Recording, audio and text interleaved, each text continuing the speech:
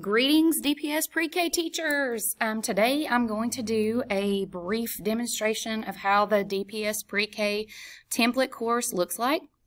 And you guys will be watching some technology videos on how to add content and create modules, discussion posts. Like there's 8 of them that technology has put out. They're a great resource for you to be able to edit your own Canvas course this year. So we'll all be managing one of those. This is just kind of like a blanket course that will go in there that includes the Off to a Good Start for the first 5 weeks. And you can add and edit some elements to make it your own. So the course homepage looks like this. All right. So in the teacher view, you will see a lot of things over here, but in the student view, they will only see the home and modules icon. So that's going to make it easier for them to navigate.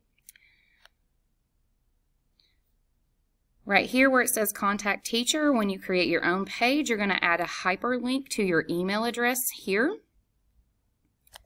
If you click the class schedule icon, you'll see some yellow text here. You will want to add your class schedule here. You can either type it in a text box or you can add an image of your class schedule. We're going to go back to home. Right here is a tab for class information. You may want to record or type a teacher bio for yourself and your assistant teacher and inclusion teacher if you're in an inclusion classroom.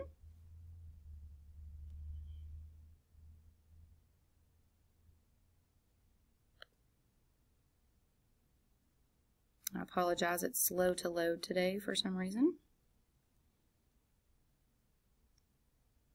But this will also take you to a landing page similar to the class schedule page with yellow text that indicates you need to add some content here. Now this would be for general classroom information.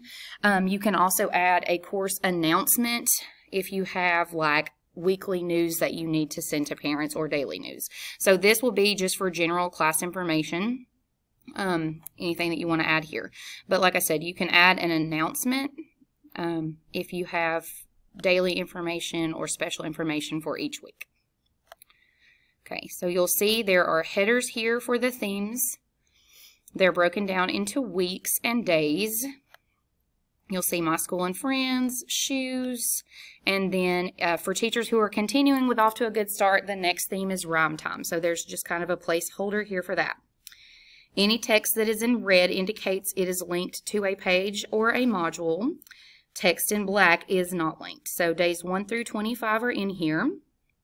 There are components in each day that you will need to edit. So we're going to look at that.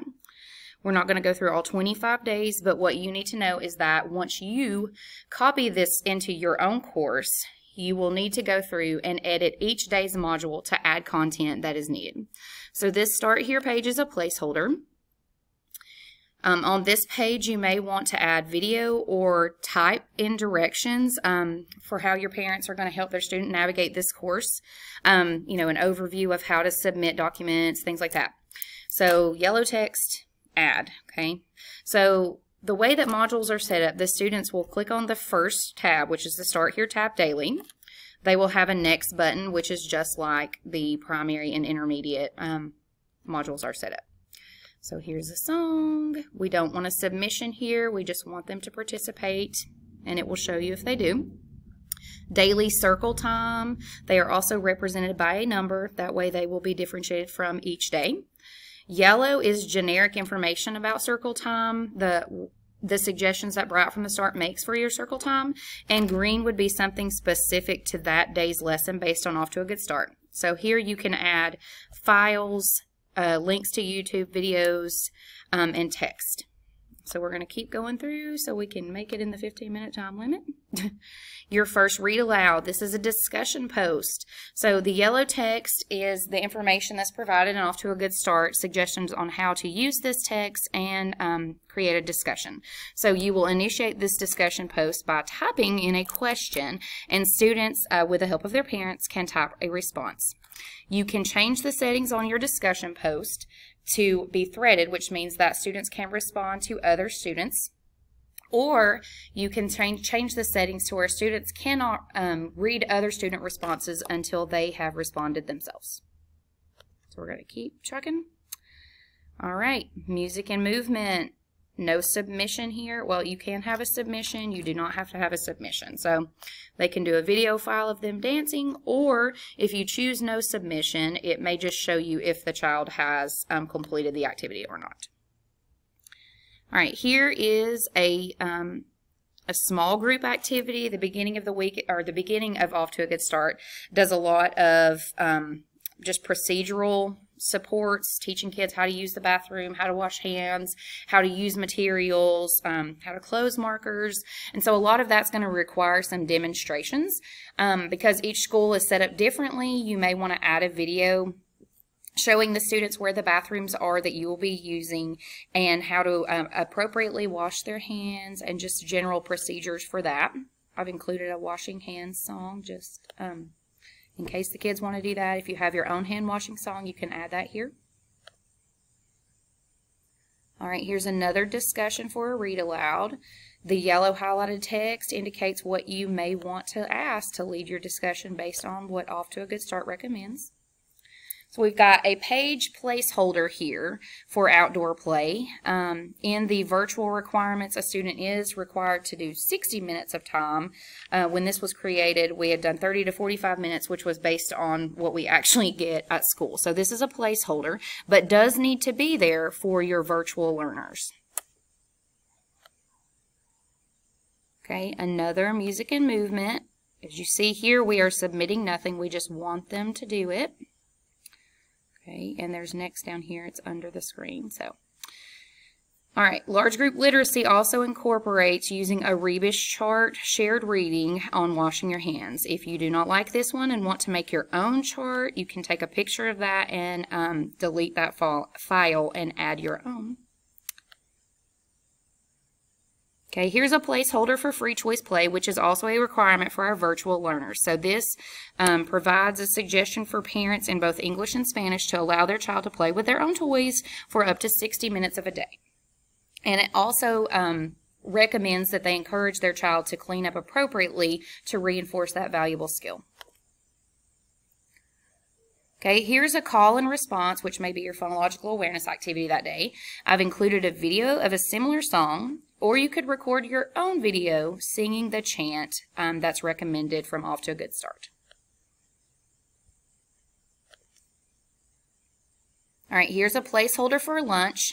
This is not a requirement for virtual or digital. My mind was going to the fact that we wanted to try to replicate a schedule similar to what we have. That way when the students are transitioning from hybrid into class or transitioning from virtual to in-class instruction, their parents would kind of know, okay, well, we eat lunch at 11:30, so maybe we could get my child on that schedule.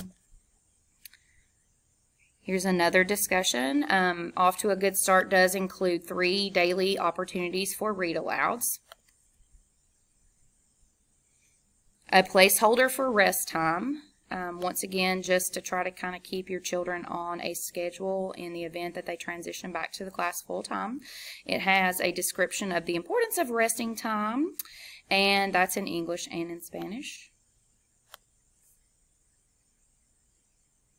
Placeholder for snack time, just trying to keep up with the daily schedule of the classroom, can be deleted. Okay, closing circle. You see a lot of yellow highlighted text here.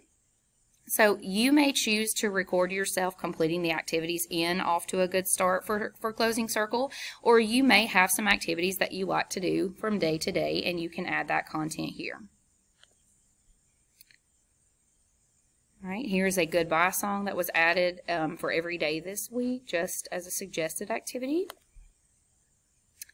And here is your closing page for the day that tells the child, you know, you did good work today, stop working, you're finished for the day. So we're going to go back to the home screen here.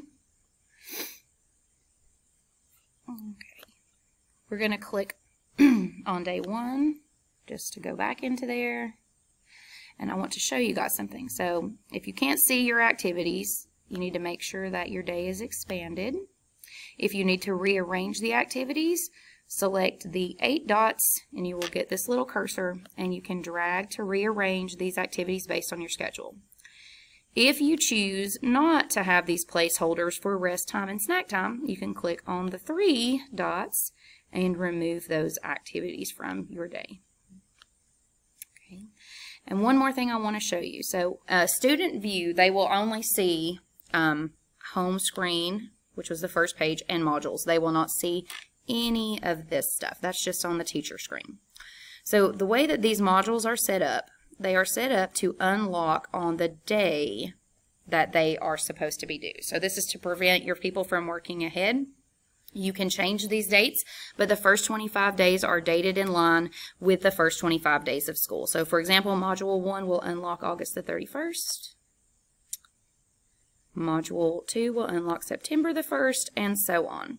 So I'm going to go into Student View really quick because you need to make sure in Student View that every activity has this green check. You do not want this, which means it is not published and no one can see it. So make sure every assignment, every module, every page is published so that the students can see it. You can go into Student View to check this to make sure that your activities are accessible. Just keep in mind that the way the modules are set up to open on the day that they're supposed to be completed is actually going to gray out these activities until the date. So here it's locked. It will unlock on this date. Okay, so that is a setting that you guys can change. We did it that way so that students couldn't work ahead, and just, to prevent them from maybe using this as a tool if they chose not to come to school when they had selected hybrid. So just as a protective measure for us. So once it's unlocked, they will be able to access that day's material, and they will be able to click on each of these activities and scroll through.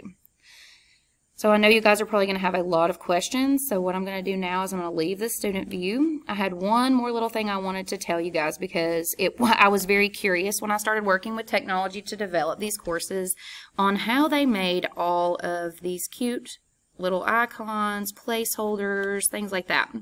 And these images are created in a program called Canva. No pressure to learn that. I just wanted to let you guys know that's how they're created in case you want to make your own. You can get images off the internet. By all means, we have used some of those within the course. But these were created in a program called Canva. So if you're interested in that, I recommend you check that out. I used a free version, so don't feel pressured to pay for anything. All right, let me know if you have any questions, and enjoy the year.